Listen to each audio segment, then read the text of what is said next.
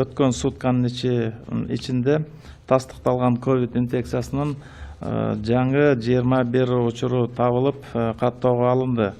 Бишкек шаарында 10, Чүй областында 1 учур, Жалал Абад областында 3 жана Нарын областында 7 учур. Бул 21 учурдун 3-өө болсо чет жактан келген жарандардан табылып чыгып атат. Бирөөсү Дубайдан келген жарандардан, экөөсү Россия Федерациясынан келгендер болуп атат.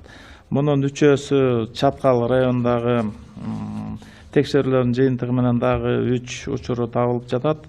Ошентип бүгүнкү күндө жалпысы 1037 учурга жетти.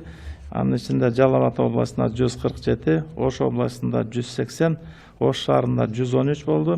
Чүй областында 87 болуп, Соль Илестен келген 56 COVID-19 тастыкталган учуру кошулуп жатат.